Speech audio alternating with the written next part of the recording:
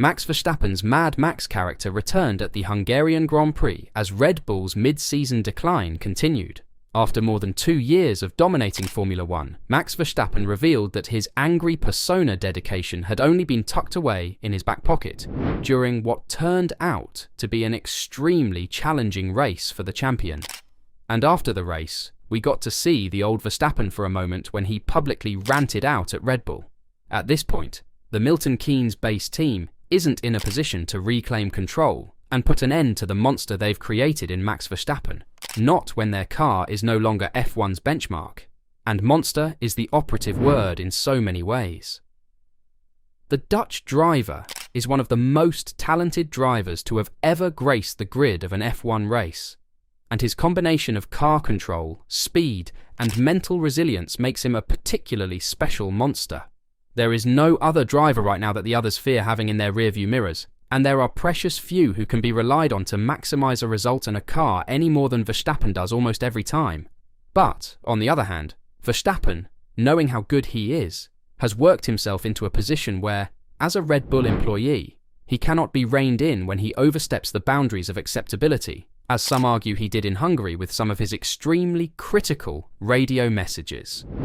Red Bull had put him in an increasingly uncomfortable situation, having found themselves on the wrong end of an aggressive strategy from Mercedes and, subsequently, Ferrari.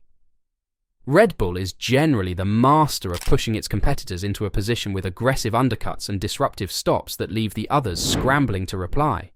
But, having already been told to move aside for Lando Norris in a race where Verstappen knew the McLaren driver had the advantage, being undercut by Lewis Hamilton only fueled Verstappen's frustration, especially in another race where he wasn't happy with his car's handling, despite the introduction of a much vaunted big upgrade package brought forward by several weeks.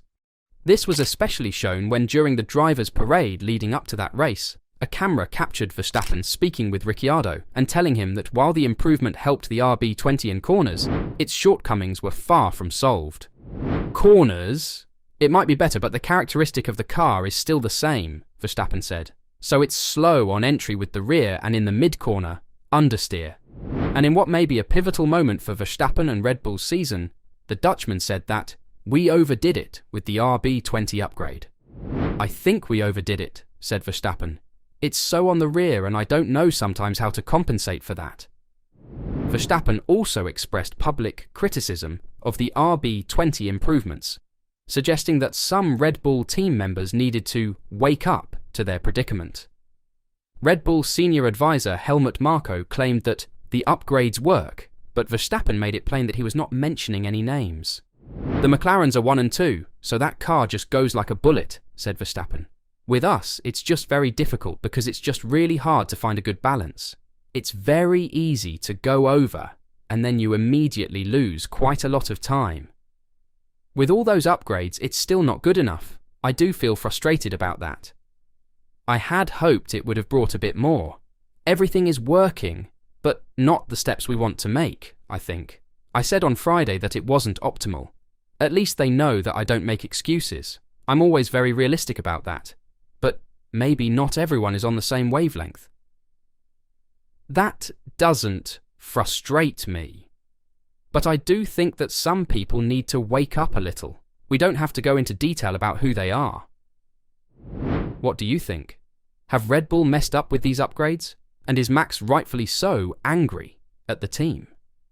Verstappen's understanding that he no longer gets to keep the ball wholly for his own entertainment marks the first time in his career that his upward momentum has come to a halt, having basically had the game to himself for the most of 2022. The entirety of 23, and the first few races of 24. Red Bull's domination is no longer.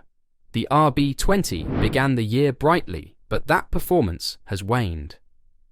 The impact of Adrian Newey's departure will, of course, be downplayed by the team, but given his depth of knowledge and cunning, his absence will not help things move ahead. Indeed, there was a report in Italian media leading up to the Hungarian Grand Prix weekend that Newey fundamentally disagreed with some key design aspects of the RB20 and the development direction decreed by technical director Pierre Wache and aero chief Enrico Balbo, to the point where it was claimed that this played a role in Newey's decision to depart.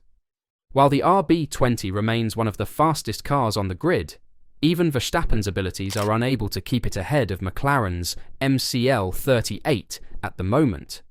And even the Mercedes W15, which couldn't come close to the RB20 at the start of the season, now appears to be on par. Red Bull's development route has seen it overtaken by some of its rivals, and this will eat away at Verstappen in a year filled with anxieties and, yes, temptation. Over the weekend, it was also revealed that Verstappen's contract clause had been voided as a result of Helmut Marko's commitment to Red Bull Racing, thereby closing the door on what may have been the simplest method for Verstappen to quit Red Bull if he so desired. But was his fury and irritation in Hungary related to that? Unlikely, since Marko's promise was made during the Austrian Grand Prix weekend some weeks ago. But what about the strain Max is under from his father, Jos? On the ground in Hungary and rumoured to be back on speaking terms with Christian Horner following their squabbles this year, Verstappen Sr. claimed over the Austrian weekend that a Mercedes swap for Verstappen isn't out of the question. With the Marko clause seemingly gone, does this legally fully impede the simplicity of switching to Mercedes? Add to that his reservations about whether Red Bull and its expanding powertrains project would be the greatest fit for him when 2026 gets around. It would be naive to believe that RBPT can't do the job right now, but Mercedes has a track record of nailing hybrid power units for new rules on the first go. Just another irritation to add to Verstappen's present racing pressure. And there's little question Verstappen is under even more urgent pressure as F1 enters a 4-week break following this weekend's Belgian Grand Prix. While Red Bull has a comfortable championship lead, it looks like McLaren has surpassed them, with the MCL38 being F1's quickest and most adaptable car. With concerns about Red Bull's direction and development, Verstappen appears to sense that his title is in danger of slipping away. Not a pleasant sensation, during a period when the Dutch driver has been solely responsible for Red Bull's ambitions this season. With pressure on and off the track, as well as a desire to remain faithful to Red Bull, it's no wonder that Verstappen bit back when he believed his team had put him in a bad position in Hungary. Never one to take anything less than the finest from those around him, it's this attitude that has kept Red Bull running at full capacity, even if it makes him appear spoilt and angry when things don't go his way. Gianpiero Lambiase may be able to control his driver's temper on most occasions, but his message to Verstappen in the final stint, well, that's some gentle introduction, was nothing short of incendiary at a time when Verstappen had been undercut by yet another car, this time by Ferrari's Charles Leclerc. With Verstappen already a coiled spring, it was not surprising when the Dutchman went full send on Hamilton shortly afterward. And with Hamilton never one to back down from a move against his old championship rival, the almost inevitable crash occurred. Unlike Austria's fight with Norris, this one was the result of his frustration, a desperate lunge. He remains, for the most part, the same aggressive, agitated, temperamental and raw talent that he was when he first entered Formula One nearly a decade ago. This attitude, this refusal to acknowledge that he may be in the wrong at times, is both his greatest vulnerability and his greatest strength. It is extremely difficult to mentally overcome someone who believes that everything they do is flawless.